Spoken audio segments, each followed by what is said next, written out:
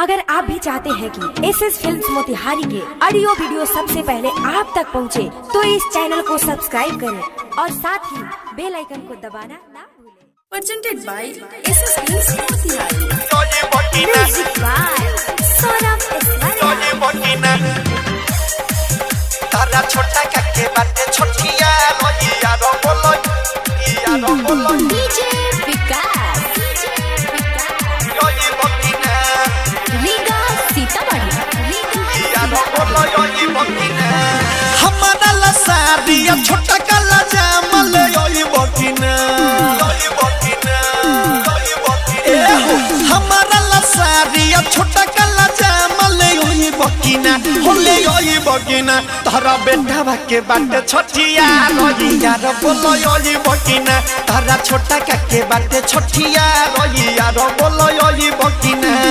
हमारा लसारिया छोटा काला जामल योई बकिना होले योई बकिना तारा बेटा के बाटे छोटिया रोइया रो बोलो योई बकिना तोरा छोटा काके बाटे छोटिया रोइया रो बोलो ओई बकिना Saurabh digital recording studio Motihari. DJ तारा विकास छोटा काके बाटे छोटिया रोइया रो बोलो लीगा सीतामढ़ी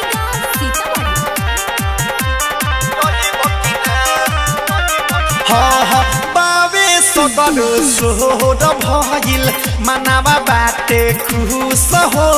हमर जदी बात न मनब जाय म तोह से रूस हो बावे सदर सोहर भइल मनावा बाटे खुश हो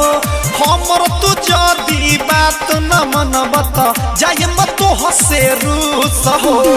नैहर के कहानी दिहल तो निशानी बखेलई बकिना नैहर के कहानी दिहल तो निशानी बखेलई बकिना हो खेलई बकिना तोरा बेटा भाके बाटे छठिया रोइया रो बोलो योई बकिना तारा नाना के बाटे छठिया रोइया रो बोलो योई बकिना बोला ना Saurabh digital recording studio Motihari. तारा छोटा काके बाटे छोटिया रोइया रो बोलो डीजे विकास योई बकिना लीगा सीतामढ़ी एहो सौरभ ये समझिया साथे लेके आई हो कि सहन के बबुआ के 500 रुपया दी हो हाथ से तू गन के सुन हो सौरभ ये समझिया साथे लेके आई हो कि सहन के 500 रुपया दी हो बबुआ के गन के रतन रतन समोरा कहल मतिया भुलई बतना संदीप दीप मोरा कहल मतिया भुलई बतना हम भुलई बतना तोरा बेटा के बाटे छठिया रोइया रो बोलई बकिना तारा नाना के बाटे छठिया रोइया रो बोलई बकिना हमारा लसारिया बबुआ ला जामल होई बकिना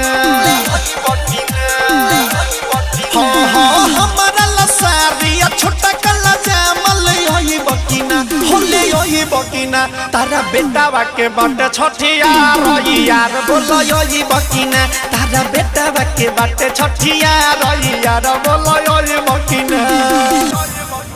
Saurabh digital recording studio Delhi.